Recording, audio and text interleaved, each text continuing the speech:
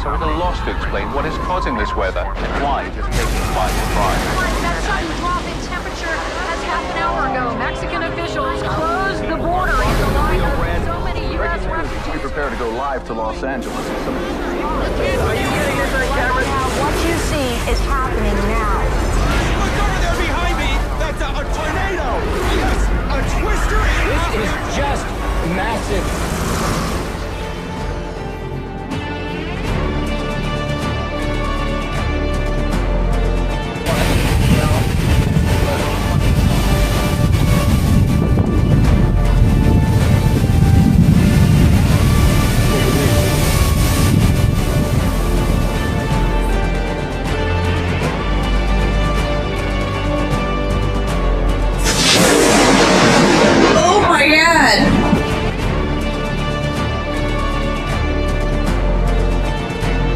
This was the fiery scene on the highly trafficked Interstate 15 Friday afternoon.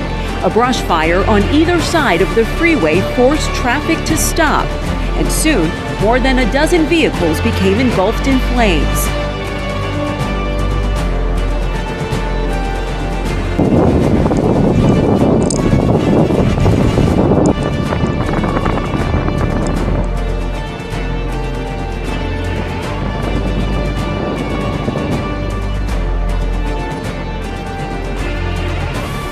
This exercise, because it's occurring not just on military bases, but also on public land and also on private property, is causing much more suspicion.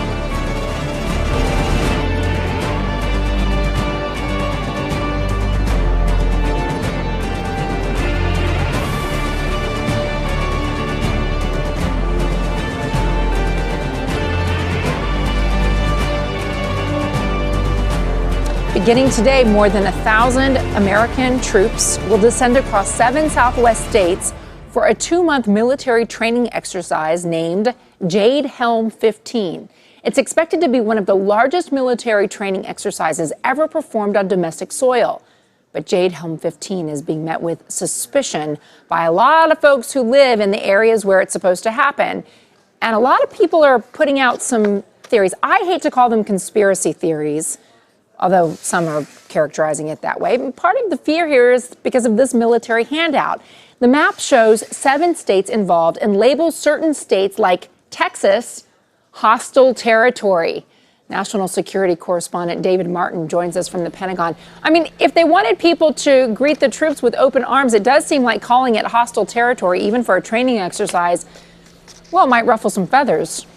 Well, that's probably not a smart choice of words. I don't think they meant that document to become public. But the Army is not helping its cause here by being so vague about what this exercise is all about. It's left this vacuum of information into which all these conspiracy theories have crept.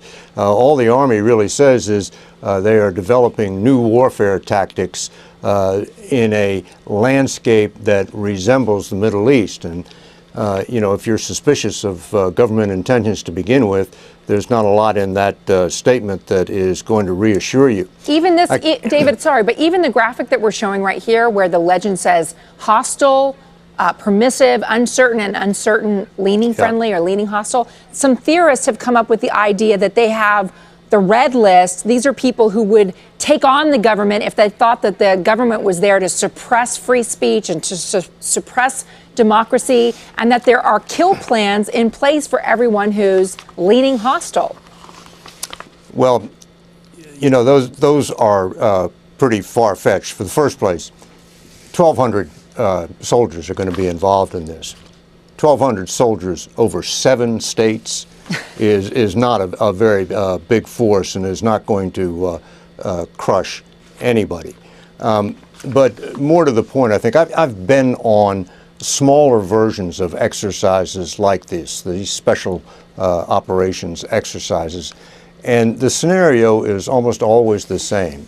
You have American soldiers infiltrating quote-unquote hostile territory where they link up with friendly resistance fighters and form a guerrilla army to try to overthrow the hostile government. And in fact, the one public event, the one event that's going to be open to press coverage in this exercise, involves a night jump by paratroopers onto a military base outside San Antonio, where they are going to link up with the special forces who have already infiltrated on the ground. And that is the classic example of what the military calls forcible entry, seizing an enemy-held airfield and turning it into your own base of operations. And just by coincidence, also in August, the Army is holding a much larger forcible entry exercise out in California. But that's occurring on a military base and has not generated any conspiracy theories, at least so far.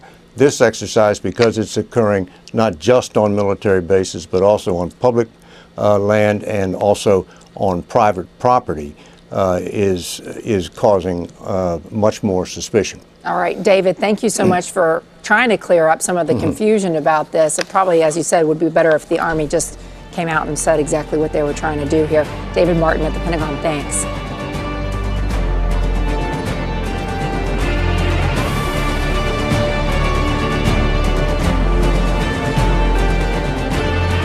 Have a look at this big wedge tornado near Monmouth, Illinois. This was Thursday evening, and this thing was not only big, it was also what we call a multiple vortex tornado. And actually, a lot of big tornadoes are multiple vortex tornadoes. You've got a big parent circulation, and within that large circulation, you've got a bunch of smaller ones. They're called subvortices or suction vortices, and these things tend to do the most damage. I mean, gosh, look, what do you have here? About 4 or 5 of them, something like that? I mean, this was a big tornado that actually did a lot of damage. Now, very often, you can't see the multiple vortices in a multiple vortex tornado because the view will be shrouded by either debris, rain, a condensation funnel. But in this case, you can see it. I guarantee you, in a lot of these big tornadoes, you've got that going on in the middle.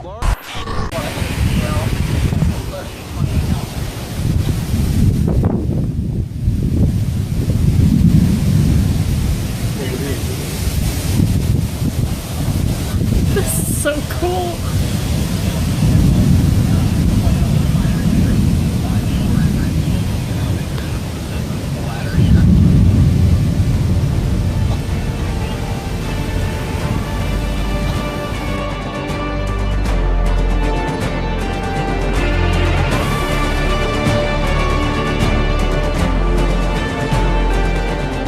People in one Philadelphia neighborhood are frustrated with 2 holes that opened up right in the middle of their neighborhood. They say the holes are dangerous and growing bigger by the day. Eyewitness News reporter Simon Chowdhury has the story now from Kensington. I see a sinkhole, not a pothole, a sinkhole. Folks in Kensington have noticed a couple of holes in their streets. On a scale of 1 to 10, a 12. Marge Gilmore has lived in Kensington her whole life and has never seen the streets in such bad shape. She tells us she hurt herself 2 weeks ago after falling in this sinkhole on the 3400 block of Kime Street. It was dark and I didn't even see it. I just fell in it. I hear myself scream, and the next thing I know, I'm in the hole. Gilmore says she's getting physical therapy from the fall and plans on suing the city. Just some peace of mind and know that's going to get fixed. Neighbors say the hole has been there for about a month and a half. They called the city. Letting them know that it's getting worse and worse and worse, and no response. Joseph Oldham blew out a tire and scraped his car driving over it. The hole started off probably about that big, and now I can fit in it. He really can. Oldham recently took this picture. He was standing on a crate and the box, leading him to believe the hole is about 8 feet deep. Oldham says he sent the picture to the city. I figured that would get my point across to the streets department. Just 2 blocks away on Crystal Street, another sinkhole has folks on edge. No, it's very, very dangerous. Neighbors say the hole has been getting deeper and deeper over the past few weeks. They've also noticed cracks starting to pop up around it, making them believe that the street will soon cave in. I'm losing faith in Philadelphia departments. City officials tell us the streets department will work with the water department to determine the cause of both holes and will barricade them off in the meantime. In Kensington, Simon Chowdhury, CBS 3 Eyewitness News.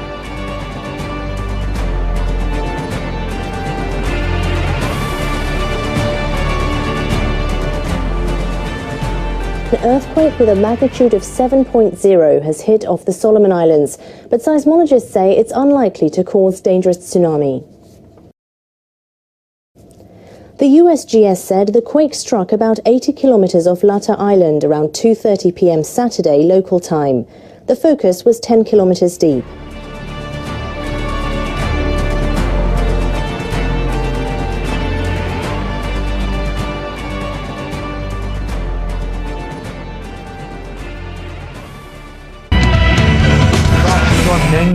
Claiming the lives of 2 people in Japan. Japanese media reporting 2 elderly men died while trying to prepare their homes and land before the storm made landfall yesterday. Officials are also checking on reports that a person was washed away by floodwaters. Denka is expected to weaken over the next several days, which could drop as much as 35 inches of rain in Japan.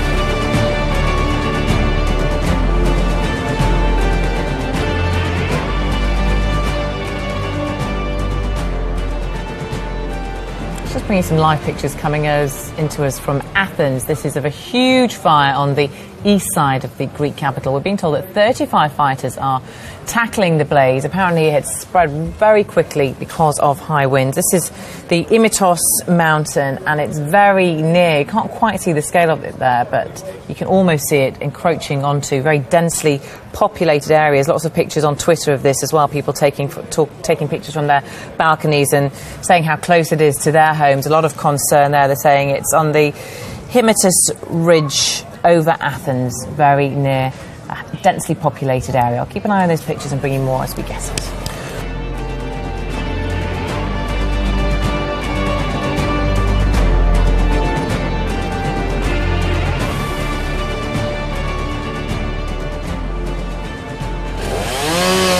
The raw buzz of chainsaws cut the air as the cleanup began in Cameron. Sam and Diane Charrington watched as crews took out tree after tree in their front lawn. Diane remembers how scary the tornado was. I could feel debris hitting my head and my ears just began to pop and so I thought, I need to get away from the door. We still have our home and we were able to stay here last night and, you know, like the people across the street, they lost their roof for their house and so we're very fortunate. Not so fortunate were their neighbors, the Eilers. Their garage balances precariously, unstable and dangerous. Well, we lost the south side of the garage here, and it's shifting to the south and to the east. It's going to go eventually. Our cars are inside, and we've got a lot of stuff stored up above. We've lost some trees. Our house is good, though, and we're doing fine, so that's the main thing. While destruction of homes and buildings was widespread, there were only a few minor injuries, and no people died.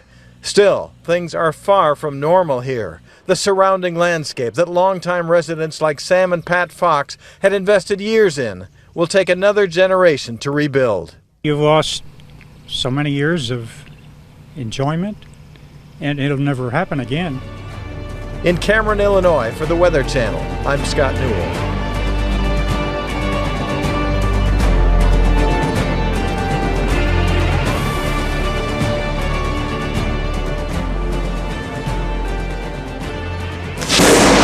Oh my God! That was literally in our backyard.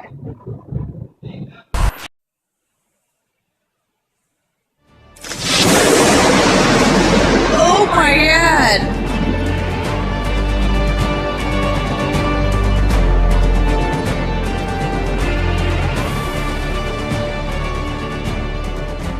Our top story this morning, frightening moments on a Southern California highway. More than a dozen vehicles caught fire and were destroyed when a wildfire jumped the main road to Las Vegas. Many more drivers were trapped by the flames, which have already burned 3,500 acres northeast of Los Angeles. Danielle Nottingham is in our Los Angeles bureau with more. Danielle, good morning.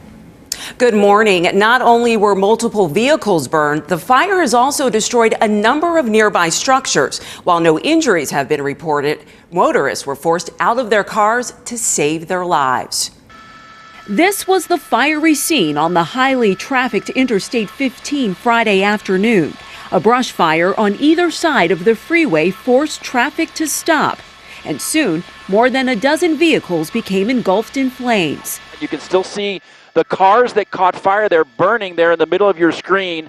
They've actually made some drops onto those cars as well. It was terrifying. You can feel the heat on our face. 17-year-old Talia Sclafani took this photo as she ran to safety. The water drops continued, but flames jumped from vehicle to vehicle. Passenger cars, a semi-truck, a car hauler, and even a boat were completely destroyed. And before we knew it, the winds picked up and it came rushing, and they evacuated everybody, and we all had to run up the hill as far as we could go.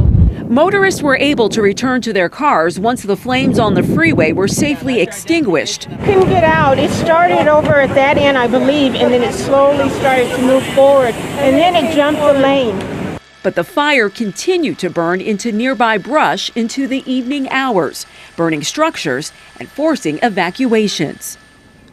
Right now, the fire is 5% contained. Drone activity is becoming a recurring problem for firefighting aircraft. According to the U.S. Forest Service, several planes were grounded or delayed because of drones flying in the area. Benita? Danielle Nottingham in Los Angeles this morning. Thank you.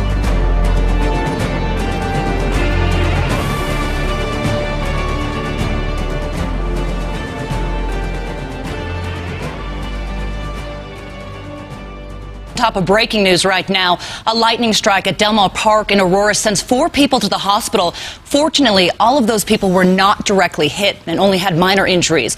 A witness telling us the lightning may have struck the pool and injured lifeguards at the park. We seen the lightning start coming out, and then the lightning hit this tree over here.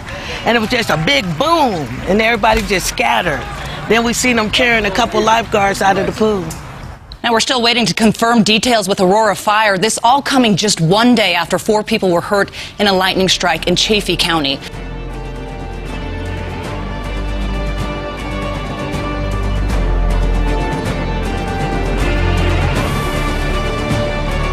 Kristen, as you know, the drought in the Northwest this summer is being called historic. Top state and federal drought experts in Washington today warned it could even be a year or more until these dry conditions improve. Lisa Balick has more on this impact. Lisa?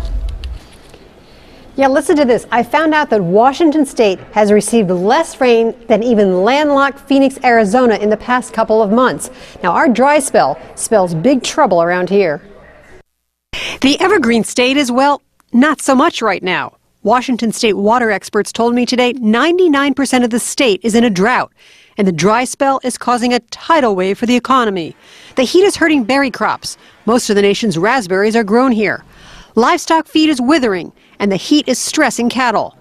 Washington is second to California in wine production in the country, but natural resource leaders tell me fruit in Washington vineyards and orchards is getting sunburn. Like Oregon, Washington is shutting down fishing on many rivers or limiting hours to try and save native species. Really, no choice when about 85% of the rivers are running lower than normal, about half at record lows. The Olympic National Park in Northwest Washington is normally the wettest spot in the lower 48. Now, it's so dry there, 1,600 acres in its wilderness are on fire. How bad is it going to get? Washington state climatologist told me odds are we're going to stay drier and warmer than normal, even through next winter. Now, as for water rationing, Washington state says that it's up to individual water districts, unlike California, which has a lot more state control. Dan, Jennifer? Okay, Lisa, thank you for that update.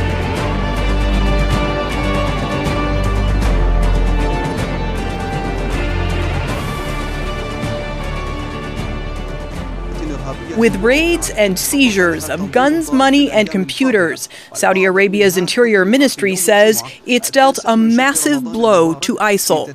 Security forces arrested 431 people they say are tied to the terrorist group. Within the past few weeks, we have nearly put an end to ISIL in Saudi Arabia, a group that threatens our society. This organization is being directed and supervised from outside the Kingdom of Saudi Arabia. 431 individuals have been arrested. Officials say the suspects are from across the Middle East and Africa. They are believed to be involved in deadly bombings of mosques in the cities Dammam, Dalwa, and Qatif. Security forces believe they have foiled 6 other attacks being planned against Saudi targets. ISIL is trying to create a rift in the kingdom. They want to create chaos here through these terror cells, which included citizens from Saudi Arabia and other countries. With the arrests, Saudi Arabia is also hoping they have squashed the ability of ISIL to recruit more fighters. Natasha Ghanem, Al Jazeera.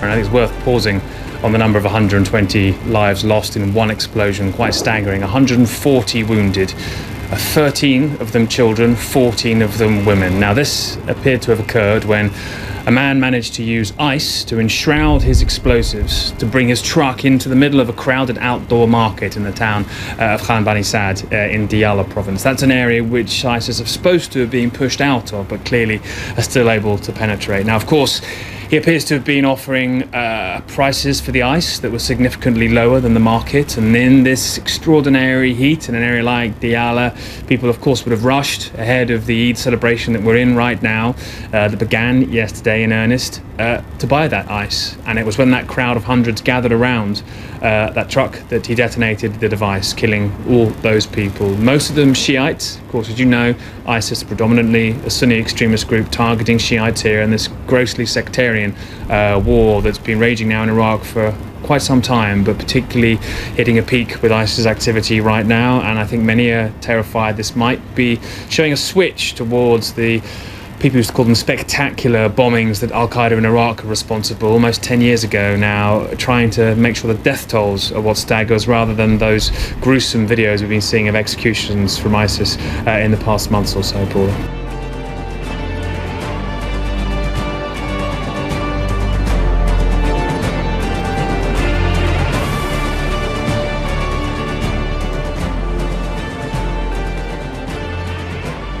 The Sun released a 17-second film showing Queen Elizabeth at about 6 years old when she was just a princess, her sister Princess Margaret at her side, the Queen Mother, and their uncle, the Prince of Wales. Now, the film appears to show the royals performing the Nazi salute. The palace says, quote, "It is disappointing that film shot 8 decades ago and apparently from Her Royal Majesty's personal archive has been obtained and exploited in this manner." Now, the Queen's uncle Edward was accused of being a Nazi sympathizer during the rise of Hitler in the 1930s. He abdicated the throne in 1936 to marry American socialite Wallis Simpson. Now, earlier I spoke with Royals biographer Hugo Vickers about how he felt about the Sun's decision to release the film. First of all, they probably shouldn't have had it. Secondly, it will have been obtained by some strange method and they won't tell us how they got it. And thirdly, of course, there should be a copyright issue. It's the Queen's copyright, it's her film, and it shouldn't have appeared. It's totally irrelevant. I quite agree with you. In terms of context here, though, I mean, given what was happening in that period in the 1930s, does it tarnish in any way what everyone says is an impeccable record from the royals during World War II, starting with the Queen Mother herself? Well, I think, you have to just look at the facts, don't you? The Queen Mother was one of our really most important war leaders, I would almost venture to say. I mean, she stayed in London with the King. That proved that things couldn't be too bad. They visited the bombed areas. They kept their children in England. They didn't send them off to Canada. She broadcast to the women of Britain. She did an amazing job, and she always remained resolutely a civilian. She never wore uniform, and so the images that you got of the Queen Mother at that time were of sometimes a woman in a little pony carriage with the two princesses cycling behind her, a hugely different, a contrast to what was coming out of Nazi Germany with people marching around in sinister black uniforms. She did a fantastic job, so the record stands. In terms of the tabloid, as you said, this was clickbait, and I'm sure that it actually worked. Many people have gone online to look at this video. They, of course, argue that it's in the journalistic interest. Do you think, though, that it perhaps begins a new period with the royals in Britain in general, with the media? They've been fairly hands-off since the death of Diana. Do you think that this marks a different period? No, I don't. I think this is a one-off thing that somebody got hold of this little bit of footage and saw the possibilities which they could exploit, as has been said, and they used it. I think it'll pass by pretty quickly, frankly, and I agree with you. I think that the response has generally been sympathetic to the royal family, and I think this. I don't know if I'm allowed to say that. I think the Sun sounds pretty hypocritical because they try to pretend that it's in the national interest that we should see these things, and they particularly, of course, relate this to the various accusations that have been levelled against the Duke of Windsor pretty much unfairly over a number of years.